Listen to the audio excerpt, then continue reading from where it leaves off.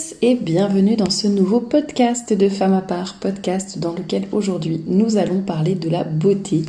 Et oui, vous le savez, c'est la thématique choisie pour ce mois de mai. Nous allons donc l'explorer de fond en comble, même si c'est un sujet tellement vaste que je doute que nous puissions vraiment parler de tout, mais en tout cas, je vais essayer d'aborder un certain nombre de sujets avec vous.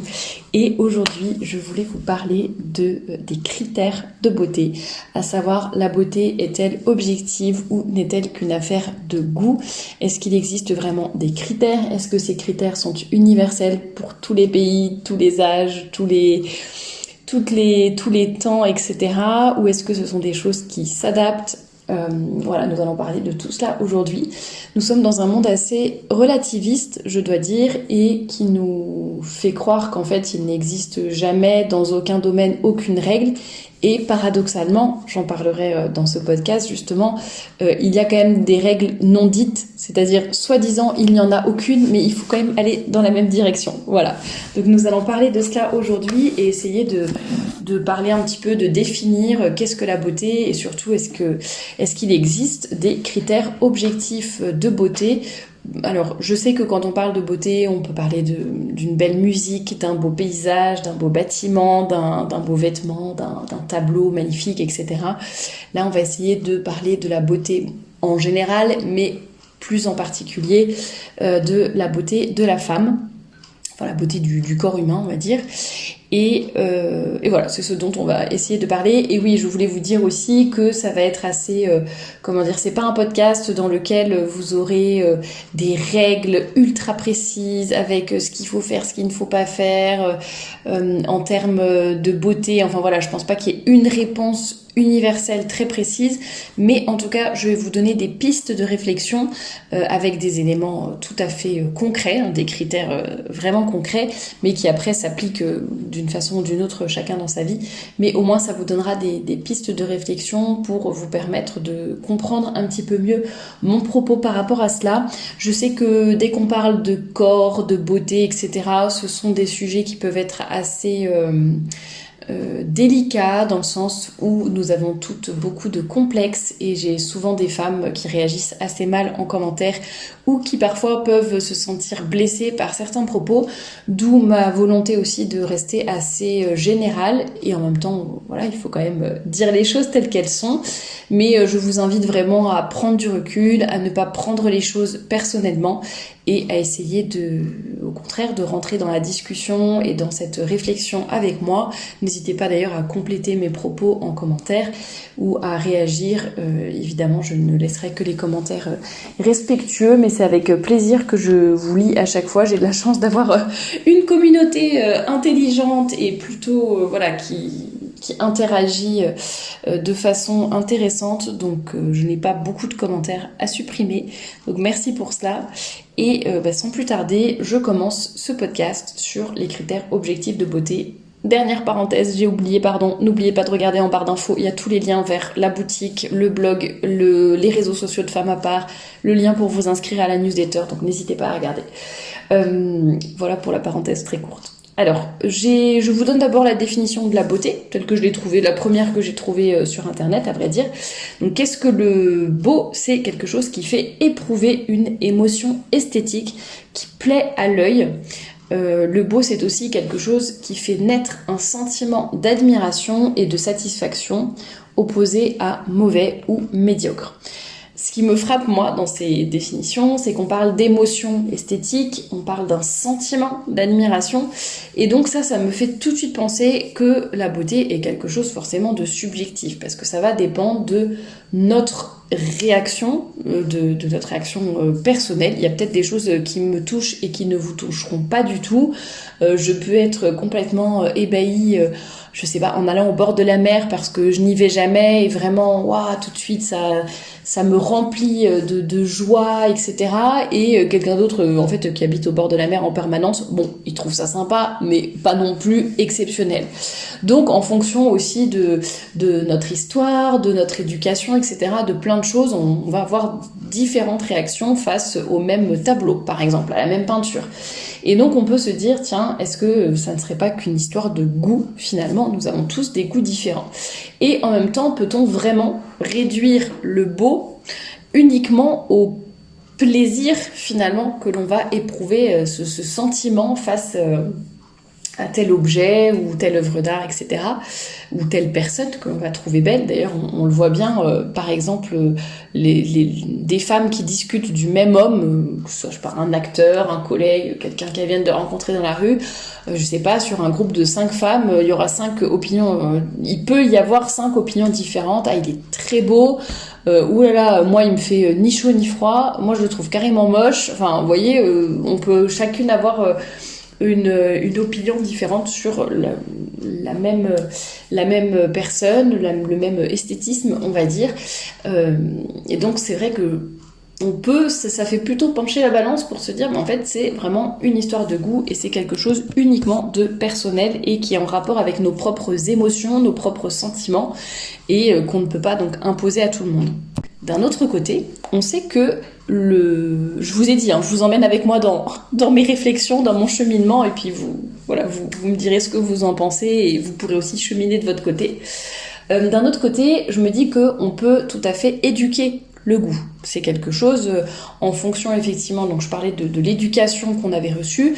Il y a des personnes qui ont été habituées depuis toute petite à écouter de très belles musiques classiques, aller à de beaux concerts, visiter des musées, voir des œuvres magnifiques, qui ont pu, je sais pas, voyager, voir des paysages complètement féeriques, voilà. Et il y a d'autres personnes qui n'ont pas eu cette chance ou à qui on n'a pas appris non plus à voir le beau, parce que je dis pas que le beau c'est une histoire d'argent ou d'éducation uniquement, mais ça peut être juste, en fait, on le remarque pas, on est un peu pris dans le quotidien et on ne va pas faire attention, on n'est pas éveillé, disons, pour voir le beau. Et donc ça dépend un petit peu aussi de l'éducation, de ce qu'on a reçu, de comment se passent les choses dans notre vie depuis que nous sommes petits. Et on sait que l'on peut éduquer les goûts. On en avait beaucoup parlé avec Valérie Daubigny dans le podcast qu'on a fait, je pense, il y a au moins 3 ou 4 ans, sur la transmission du goût et du beau, en particulier aux enfants. J'essaierai de vous remettre le lien en barre d'infos. Et si j'oublie de vous le mettre, vous tapez dans la barre de recherche sur ma chaîne Valérie Daubigny ou éduquer ou transmettre le beau, enfin vous le trouverez facilement. Et on en avait parlé, et effectivement c'est quelque chose qui peut s'éduquer, j'allais dire presque à n'importe quel âge, c'est pas parce que vous avez 40 ou 50 ans ou 60 ans, il n'est jamais trop tard pour apprendre à voir le beau, à avoir du goût, etc. Et donc on sait que c'est quelque chose qui peut s'éduquer. Je dis n'importe quoi, quelqu'un qui n'a écouté que du rap ou du métal toute sa vie, et d'un coup on lui fait écouter je sais rien, les 4 saisons de Vivaldi, peut-être que ça va pas du tout lui parler et qu'il va trouver ça soit neutre, soit carrément laid, parce qu'il n'a jamais eu l'habitude d'écouter ce genre de musique. Ou je sais pas, pour un tableau, moi je sais que par exemple j'ai pas une grande culture artistique, et peut-être que j'ai pas toutes les clés pour admirer à leur juste valeur certaines œuvres, par exemple, que ce soit littéraires d'ailleurs ou picturales, etc. Donc ce sont des choses que l'on peut éduquer, et il ne faut pas se fier à sa première réaction ou de se dire ça n'est qu'une histoire de goût, moi mon goût c'est ça, il est arrêté, il est fixé, c'est fini et voilà. Toi tu penses autre chose, tant mieux, mais voilà. Donc, et on est dans une société, je le disais en introduction, qui est très relativiste, et donc en fait il y a justement relativiste, ça ne va pas du tout avec critères objectifs, on est bien d'accord, et donc quel que soit d'ailleurs le sujet, on a l'impression qu'il ne peut pas y avoir de critères, il ne peut pas y avoir d'objectivité, il ne peut pas y avoir de règles, de choses précises, etc. C'est chacun son choix, chacun pense ce qu'il veut. Justement, on est aussi beaucoup dans le domaine de l'émotion, du sentiment, de chacun pour soi et selon ce que je ressens. Et donc ce relativisme aussi, même intellectuel, qui fait que, évidemment, on se dit, bon, dans une telle société dans laquelle nous vivons, il ne peut pas y avoir de beauté objective finalement. Et d'un autre côté, comme je le disais en introduction également. D'un autre côté, on impose beaucoup de choses, donc c'est vraiment paradoxal. C'est-à-dire que à la fois, on n'a pas envie de froisser les gens, de dire les choses telles qu'elles sont, parce que on ne veut pas, justement, on ne veut pas froisser les gens, on ne veut pas faire de vagues, on ne veut pas créer de conflits. Donc chacun fait ce qu'il veut, comme il veut, quand il veut, pense ce qu'il veut. On peut pas trop arriver, si on arrive et qu'on dit il y a une vérité, il y a quelque chose d'objectif, quel que soit le domaine, ça ne marche pas dans la société actuelle. Ce qui pousse justement dans le domaine de la beauté à faire un petit peu n'importe quoi en disant que de toute façon c'est subjectif, c'est propre à chacun et on s'en fiche. Et d'un autre côté, on nous impose énormément de choses, hein. Il y a quand même des critères, on le voit bien dans les magazines, sur Instagram, etc., que évidemment il y a des critères alors peut-être pas de beauté, mais en tout cas de publication, qui, on voit bien qu'on va toujours dans la même direction, que ce sont toujours les mêmes personnes qui sont mises en avant, etc. Alors qu'est-ce que la beauté? Est-ce que la beauté c'est la perfection? Est-ce que c'est de n'avoir aucun défaut? Est-ce que c'est ce qu'on voit dans les magazines? Est-ce que c'est se rapprocher des physiques avec filtre, hein, qu'on peut voir sur les réseaux sociaux? Est-ce que tout le monde est beau? Au contraire, hein, est-ce que en fait finalement il n'y a aucun critère, c'est tout le monde qui est beau, et c'est un peu ce qu'on nous dit d'ailleurs à l'heure actuelle, tout est beau, tout le monde est beau, que vous soyez obèse ou anorexique, et ben finalement vous êtes belle. Que vous soyez, je sais pas, avec les cheveux gras, les ongles sales et je ne sais pas quoi, bah, vous êtes belle. Et si vous êtes à outrance à avoir tout refait en chirurgie esthétique et des injections et compagnie, mais vous êtes belle aussi. Donc en fait, on a l'impression qu'il n'y a plus aucun critère. Il y a aussi ce paradoxe entre l'acceptation à outrance, c'est-à-dire il faut accepter tous les physiques, tout le monde. Donc sur les réseaux sociaux, je vais étaler mes poils, mes boutons, mes vergetures, je ne sais pas quoi. Et en même temps, il y a une espèce d'attirance pour les mannequins plus ou moins anorexiques. Donc vous voyez, c'est à la fois, il faut accepter tout le monde et on pousse cette acceptation de façon assez... ça devient presque vicieux. Et en même temps, de l'autre côté, tout le monde se dirige quand même vers ou semble attiré par les mannequins qui sont ultra retouchés ou photoshopés, etc. Donc, on balance, entre guillemets, entre le laisser aller, c'est-à-dire je ne fais rien parce que de toute façon je suis belle et vous n'avez qu'à m'accepter telle que je suis de toute façon. Donc pourquoi je ferais un effort puisque de toute façon il faut que vous m'acceptiez comme je suis, sinon ça serait alors peut-être pas du racisme, mais ça serait de la discrimination, voilà. Ça serait de la discrimination, donc en fait il faut m'accepter telle que je suis. Finalement on est vraiment entre le laisser aller complet ou alors l'hypersexualisation à outrance. C'est aussi ce qu'on voit beaucoup dans la société actuelle. Donc c'est une espèce de dissociation entre ce que je montre et ce que je suis vraiment, ou entre ce que je montre et la signification aussi. C'est-à-dire qu'il y a pas mal de jeunes filles notamment qui ne se rendent absolument pas compte que certains de leurs gestes, de leurs attitudes, de leur posture, etc., ou de leur façon de s'habiller sont en incohérence. Enfin, disons que c'est pas exactement ce qu'elles voudraient montrer, mais elles sont tellement habituées à montrer ce genre de choses que finalement elles ne se rendent pas compte que ça peut avoir une toute autre signification, une toute autre connotation aussi. Donc on est à la fois dans une société du body positive où j'étale toutes mes imperfections ou quoi sur les réseaux sociaux sans aucune pudeur, et en même temps on est dans une société des filtres, des applications de retouches, de la chirurgie esthétique de plus en plus jeune pour tout le monde, etc. Donc c'est assez paradoxal. Voilà déjà pour les premières réflexions que je voulais partager avec vous. Alors, existe-t-il des critères objectifs de beauté? Je vous en avais déjà parlé dans d'autres podcasts, je pense, ou d'autres articles en tout cas.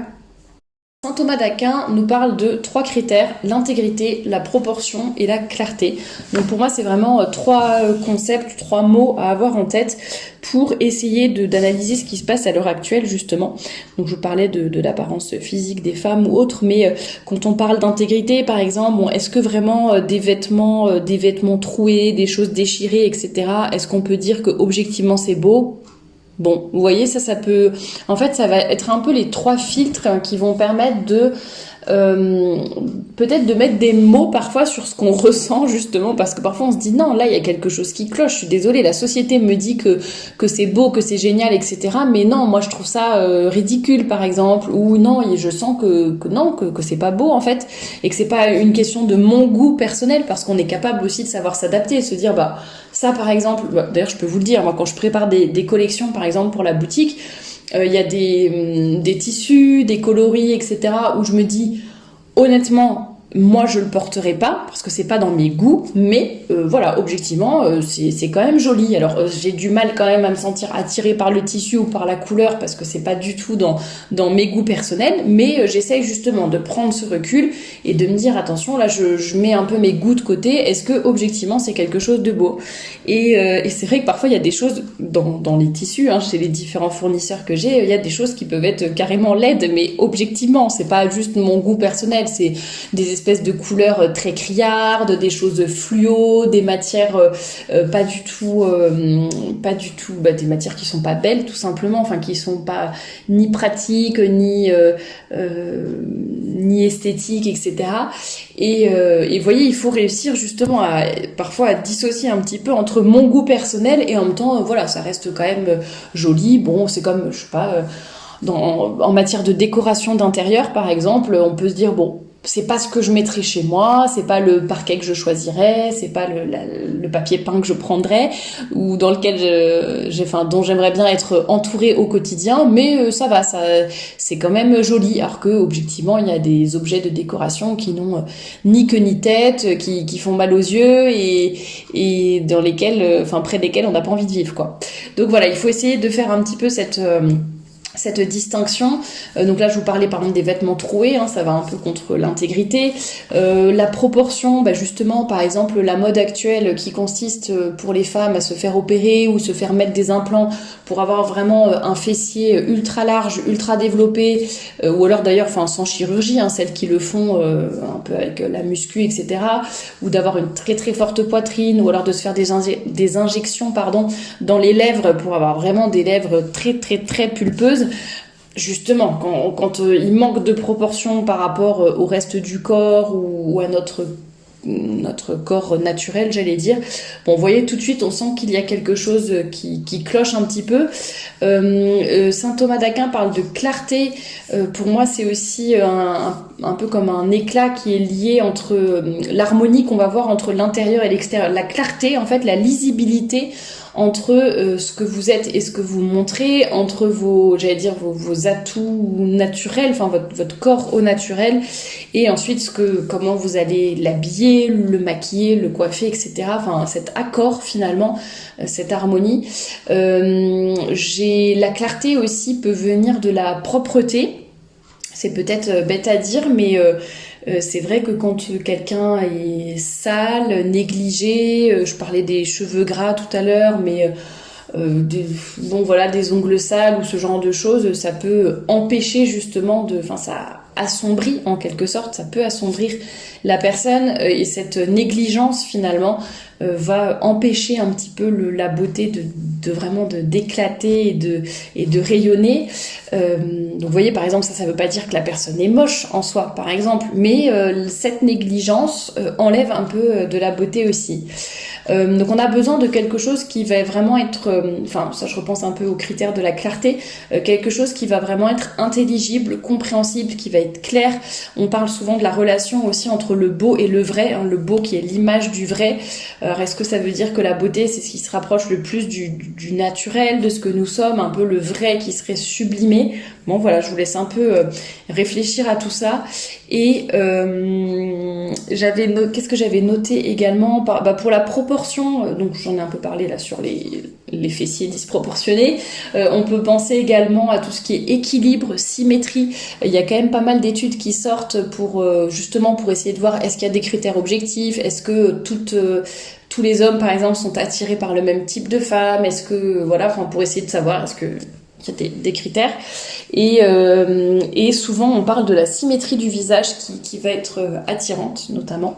Donc ça rejoint un petit peu cette histoire de proportion, enfin une symétrie qui n'est jamais parfaite, hein, mais se rapprocher au maximum de la symétrie. Et puis aussi, ce sont des critères finalement, enfin je reviens un petit peu sur la clarté également, mais ce sont des choses qui vont... ce que l'on va voir représente aussi quelque chose. C'est pour ça que je parlais de la clarté du message, de l'harmonie entre l'intérieur et l'extérieur, mais aussi selon notre apparence, selon des choses que l'on va voir extérieurement, ça va nous en dire sur des choses plus intérieures, par exemple sur la bonne santé, sur la jeunesse, sur est-ce que telle femme peut avoir des enfants ou pas, parce que ça peut jouer aussi sur pourquoi un homme va la trouver attirante ou belle, ça peut en dire beaucoup sur la condition sociale, sur la personnalité, ça je vous l'ai déjà dit, hein, à travers le vêtement, les accessoires qu'on choisit, la façon dont on se coiffe, dont on se met en valeur, dont on se maquille ou je ne sais quoi, ça va évidemment en dire beaucoup sur nous. Donc vous voyez, il faut que le message soit clair et soit vrai. Et soit beau également, bien sûr. On parlait, alors j'avais noté aussi, je l'avais lu dans un autre article sur donc proportion, je l'ai dit, intégrité, clarté. Donc il y a aussi l'ordre, l'harmonie, le contraste. Hein, ça c'est des choses qui rentrent aussi en ligne de compte. On peut, par exemple, lorsque l'on voit un homme, enfin je sais plus son nom, mais il y a un homme assez connu qui est tatoué intégralement, mais vraiment partout. Je crois que même l'iris de ses yeux est tatoué, ou je sais plus ce qu'il a fait à ses yeux. Bon bref, vraiment, il est tatoué de fond en comble, de bas en haut, de gauche à droite, partout, et il est invité sur les plateaux de télé, etc. Et puis ça fait un petit peu scandale parce que je crois qu'il avait été viré à une époque de l'école dans laquelle il enseignait, et soi-disant, je fais peur aux enfants, donc je ne sais quoi. Et en fait, c'est là qu'on peut dire aussi que la vérité sort de la bouche des enfants, parce que les enfants sentent ces choses, n'ont pas de filtre, et vont dire, ben non, enfin objectivement, il fait peur et il est pas beau. Enfin voilà. Et en fait, nous, on est dans une société qui va refuser ce côté objectif justement, et puis qui va refuser de se dire mais non, en fait, objectivement, après c'est son choix, c'est ce qu'il a fait, mais objectivement, alors c'est pas parce qu'on est une société fermée, c'est pas parce qu'on veut pas évoluer, parce que je ne sais pas quoi, non, c'est objectivement, c'est un corps qui va manquer de clarté. Par exemple, si on reprend les trois critères de saint Thomas d'Aquin, et aussi ça me fait penser à autre chose, ça me fait penser en fait au ridicule. Quand on voit justement dans certains défilés ou événements, tapis rouges, etc., où on voit de plus en plus de choses excentriques, et ça va un petit peu justement à l'encontre de l'intégrité, de la proportion aussi, et puis il y a vraiment ce ridicule et cette excentricité, et aussi parfois ce manque de côté pratique aussi, qui font que en fait non, c'est laid quoi. Donc je sais plus, j'avais vu récemment un homme qui était sur un tapis rouge avec une espèce de combinaison, alors c'était peut-être pas du latex, mais c'était pas la matière sac poubelle non plus, mais pas loin, et puis qui était complètement gonflé. Enfin, je pense que ça avait été gonflé exprès, quoi. Donc on aurait dit qu'il était entouré, enfin comme un peu un bibendum. Enfin bon, aucun intérêt, ni pratique, ni esthétique. Enfin voilà. Et c'est vrai que bon, je sais bien que dans ces conditions-là, enfin sur les tapis rouges, etc., le but c'est aussi de faire parler de soi, de taper dans l'œil des gens, de faire quelque chose de disruptif, enfin voilà, mais bon, tout ça pour dire que c'est un petit peu dommage de nous mettre ça comme exemple sous les yeux plutôt que d'essayer d'avoir des choses qui sont réellement esthétiques, et on préfère les inepties et le ridicule pour attirer l'attention. Et ça, effectivement, ça va à l'encontre des critères de beauté. Donc je pense qu'en fait, pour conclure, entre guillemets, on pourrait dire qu'il y a des critères objectifs, ça c'est sûr, mais il y a aussi des choses qui relèvent du goût personnel, ça c'est évident également, mais ça n'empêche pas justement de retrouver ce dont je vous parlais, par exemple pour la décoration ou les tissus, etc. Il peut y avoir effectivement du goût personnel, mais ça n'empêche qu'on peut très bien dire si objectivement, ou je sais pas, ça c'est un gribouillis, je sais pas si on pense à l'art contemporain, enfin l'art avec beaucoup de guillemets, objectivement on peut dire ça c'est beau, mais c'est pas dans mes goûts, c'est pas une peinture que j'accrocherai chez moi. Ou alors si objectivement ça c'est juste un point bleu sur un fond blanc et ça n'a aucun intérêt et on ne peut pas appeler ça de l'art. Voilà.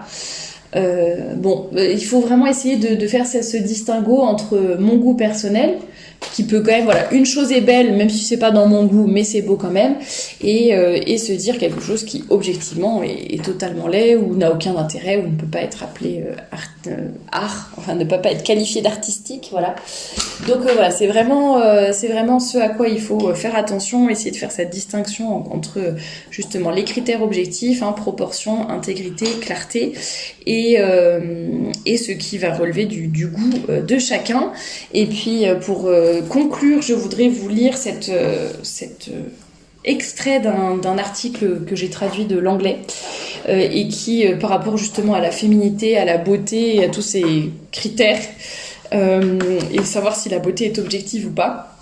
N'ayez pas peur d'accepter votre féminité et d'encourager les femmes qui font de même. Pour reconstruire une culture de la beauté, nous devons lui donner de la voix pour la défendre. Nous devons la protéger comme une étincelle fragile qui luit faiblement dans les ténèbres.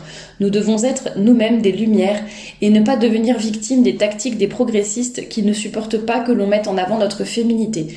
Nous sommes toutes des ambassadrices de la beauté et il est de notre responsabilité de la transmettre et de la célébrer en chacune.